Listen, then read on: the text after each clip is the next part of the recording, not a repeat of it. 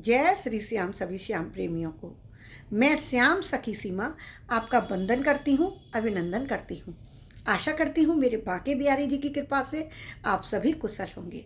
वैशाख मास का प्रारंभ चैत्र मास की पूर्णिमा से हो गया है, यानी कि 13 अप्रैल से, और इसका समापन होगा वैशाख पूर्णिमा को, यानी कि 13 मई को। तो वैशाख मास में बहुत सारे लोग नियम धारण करते हैं गंगा स्नान का, क्योंकि इस महीने में गंगा स्नान का बहुत महत्व है। स्कंद पुराण में कहा गया है कि जो महिमा कार्तिक मास की है वही महिमा वैशाख मास की है। इस महीने में भी आप व्रत करके, स्नान करके, पूजा करके अच्छे पुण्य की प्राप्ति कर सकते हैं, क्योंकि इस महीने में भी बहुत बड़ी बड़ी तिथियां आती हैं, जैसे सीता नवमी, सीता माता का जन्मोत्सव, अक्षय तृतीया, गंगा सप्तमी। इस महीने की दोनों एकादशी की भी बहुत महिमा है। तो इसलिए इस महीने जो लोग गंगा स्नान का नियम लेते हैं, तो वो कैसे लिया जाता है, क्या करना चाहिए इस महीने फिर हमें। तो यदि आप गंगा स्नान का नियम ले रहे हैं तो प्रतिदिन हमें गंगा स्नान करना है। किस समय? ब्रह्म मुहूर्त में। ब्रह्म मुहूर्त में स्नान करके तभी हमें फिर पूजा करनी है, सूर्य नारायण को जल देना है। लेकिन यदि हमारे शहर में, हमारे घर के पास में गंगा माता नहीं है, तो हम क्या करें? तो आप स्नान के जल में सबसे पहले गंगा जल मिला लीजिए, उसके बाद फिर उसमें सादा जल मिलाकर ब्रह्म मुहूर्त में उठकर स्नान कर लीजिए। लेकिन स्नान करने से पहले घर की सफाई करना मत भूलिएगा, क्योंकि बिना सफाई किए कोई भी नियम, कोई भी पूजा लगती नहीं है। तो सुबह उठकर पहले आपको अपने घर की झाड़ू लगानी है, थोड़ा सा पोंछा भी लगा लीजिए। लेकिन यदि आप पूरे घर की सफाई नहीं कर सकते हैं तो पूजा घर की और मुख्य द्वार की सफाई जरूर कर लें, उनको छींट दें। तो जिससे क्या होगा, जब आप पूजा करने बैठेंगे तो बासी नहीं रहेगा। फिर स्नान कर लीजिए, जैसे बताया मैंने। यदि गंगा स्नान कर सकते हैं तो गंगा स्नान कर लीजिए, नहीं तो घर में गंगा जल डालकर अपनी बाल्टी में, उसके बाद सादा जल मिलाकर माता गंगा का ध्यान करते हुए स्नान कर लीजिए। उसके बाद सूर्य की पहली किरण को अर्घ देना चाहिए सूर्य देव को, क्योंकि इस महीने में सूर्य नारायण को जल देने का बहुत महत्व है। फिर वैशाख मास की कथा सुननी चाहिए, वैशाख मास का महात्म सुनना चाहिए। इस प्रकार से पूजा करते हुए हमें दिन में सोना बिल्कुल नहीं चाहिए। इस महीने में अपने सिर में, शरीर में तेल नहीं लगाना चाहिए। अब बात करते हैं क्या नहीं बिल्कुल करना चाहिए। तो जैसे कि मैंने बता ही दिया, तेल नहीं लगाना है, सोना नहीं है, तामसिक वस्तुओं का सेवन नहीं करना है, जैसे प्याज लहसुन का प्रयोग नहीं करना है, मांसाहारी भोजन तो कतई भी नहीं करना। और आपको क्या करना चाहिए, तो इस महीने ज़्यादा से ज़्यादा पूजा कीजिए, नाम जाप कीजिए, दान कीजिए, सेवा कीजिए। कैसे सेवा कर सकते हैं? इस महीने गर्मी बहुत पड़ती है, तो सबसे अच्छी सेवा है इस महीने जल की सेवा। आप प्याऊ लगवा सकते हैं शीतल जल की। यदि आप प्याऊ लगवाने के सामर्थ्य है तो प्याऊ लगवा दीजिए।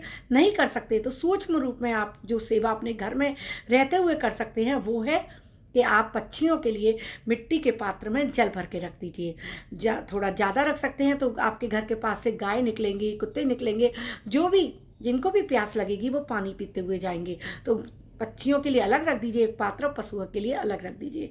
और कोई भी आपसे पानी मांगे तो इस महीने बिल्कुल भी मना मत कीजिए, क्योंकि सभी को बहुत गर्मी लगती है, और जो प्यासे को पानी पिलाने का जो पुण्य होता है, उससे बड़ा पुण्य कोई भी नहीं है।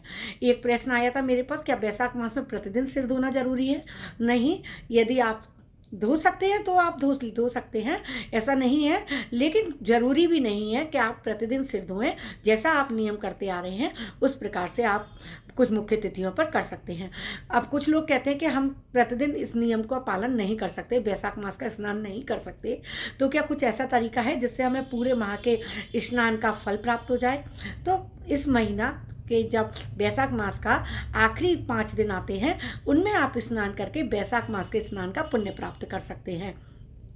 इससे आपको वैशाख स्नान की पुण्य की प्राप्ति होगी। या फिर आप इस महीने की जो कुछ खास तिथियां हैं उन पर स्नान करके, उनका व्रत करके, जैसे कि सीता नवमी, गंगा सप्तमी, वैशाख मास की दोनों एकादशी, शुक्ल पक्ष की और कृष्ण पक्ष की, वैशाख मास की अमावस्या, पूर्णिमा, इस प्रकार से करके हम उनके पुण्य की प्राप्ति कर सकते हैं। उस दिन दान कीजिए, पूजा कीजिए, गंगा स्नान कीजिए, सेवा कीजिए, तो इस प्रकार से व्रत धारण कीजिए। इस महीने में एक समय भोजन करने का नियम लिया जाता है, तो आप दिन में फलाहारी भोजन कर सकते हैं और रात को फिर आप एक टाइम भोजन कर सकते हैं, या आपसे हो सके तो एक समय ही भोजन का नियम ले सकते हैं। लेकिन सब अपनी सामर्थ्य के अनुसार कीजिएगा, क्योंकि आजकल सभी के शरीर में बीमारियों ने घर बना रखा है। तो नियम वही कीजिए जो हमसे हो सके। ऐसा नहीं कि बस इतना कर लिया उसके बाद फिर शरीर में सामर्थ्य ना बचे, क्योंकि हम स्त्रियों को तो घर भी देखना होता है। तो उतना कीजिए कि जितना हमसे हो सके। गरीबों की सेवा करना सबसे बड़ा धर्म है। इस महीने में दान क्या करना चाहिए? तो दान में जैसा कि मैंने बताया, शीतल जल, प्याऊ लगवाना, मिट्टी का घड़ा जो होता है उसका दान करना, जल की सेवा करना, और जैसे सत्तू का दान करना, क्योंकि सत्तू जो चने के आटे से बनते आता है, तो उसका सत्तू का जो आटा होता है उसका दान करना बहुत महत्व है। सत्तू का शरबत बनाकर भी आप दान कर सकते हैं। तो सत्तू का शरबत दान करने का, शीतल जल का, शरबत की बोतल का, इस प्रकार से आप दान कर सकते हैं। छाते का दान कर सकते हैं, क्योंकि छाता हमें धूप से बचाता है। इस महीने सूर्य भगवान की विशेष रूप से पूजा करनी चाहिए, क्योंकि सूर्य देव का ये पावन महीना होता है। इस महीने का एक नाम माधव मास है, इसलिए माधव मास, जैसा कि नाम से ही समझ आ रहा है, इस महीने हमें विष्णु भगवान की विशेष रूप से पूजा करनी चाहिए। तो विष्णु भगवान की पूजा करने के लिए उनका जो महामंत्र है उसका प्रतिदिन हमें जाप अवश्य करना चाहिए। ओम नमो भगवते वासुदेवाय, ओम नमो भगवते वासुदेवाय। इससे हमें विष्णु भगवान की विशेष कृपा प्राप्त होती है। इसीलिए कहा गया है कि कम से कम दोनों इस महीने की एकादशी का व्रत का पालन हमें अवश्य करना चाहिए। यदि महिलाएं इस महीने, जैसे जिन्होंने नियम लिया है, उनका पीरियड आ जाता है, तो क्या करें? तो क्या उनका नियम जो खंडित हो जाएगा? ऐसे करेंगे तो फिर कभी कोई नियम धारण ही नहीं कर पाएंगे, क्योंकि कार्तिक मास का स्नान भी करते हैं तो भी पीरियड आता ही है ना। तो क्या करें? तो आपका जो व्रत का नियम किया है, आपने जो भी लिया है, आप उसको कंटिन्यू रखिए। सुबह स्नान कर लीजिए, फिर मानसिक रूप से पूजा कर लीजिए। मानसिक पूजा यानी कि अपने मन में पूजा कर लीजिए। जो पाठ है, जो कथा है, महात्म है, उसको आप अपने मोबाइल पे लगा के सुन लीजिए। और भोजन जिस प्रकार से आपने अपना नियम साधा है कि मुझे फलाहारी करना है या अन्न का करना है, आप उसी प्रकार से कर सकते हैं। लेकिन गंगा स्नान भूल कर भी नहीं करना है, और ना अपने स्नान के जल में गंगा जल डालना है, क्योंकि गंगा माता को हम छू भी नहीं सकते अशुद्ध अवस्था में। तो इसलिए इस बात का हमें विशेष ध्यान रखना है। मानसिक रूप से आप पूजा करके अपने व्रत को कंटिन्यू कर सकते हैं। कुछ लोग पूछते हैं क्या इस महीने हम हींग का या सरसों के तेल का प्रयोग कर सकते हैं? यदि आपने वैशाख मास के स्नान का नियम लिया है तो आप हींग का प्रयोग नहीं कर सकते, सरसों के तेल का भी प्रयोग नहीं कर सकते, क्योंकि किसी भी व्रत में, पूजा में, पितृपक्ष में सरसों का तेल और हींग का प्रयोग वर्जित है। इस प्रकार से वैशाख मास का स्नान करके हम बहुत सारी अच्छे पुण्य की प्राप्ति कर सकते हैं। अच्छे तृतीया को भगवान की हम चंदन सेवा कर सकते हैं।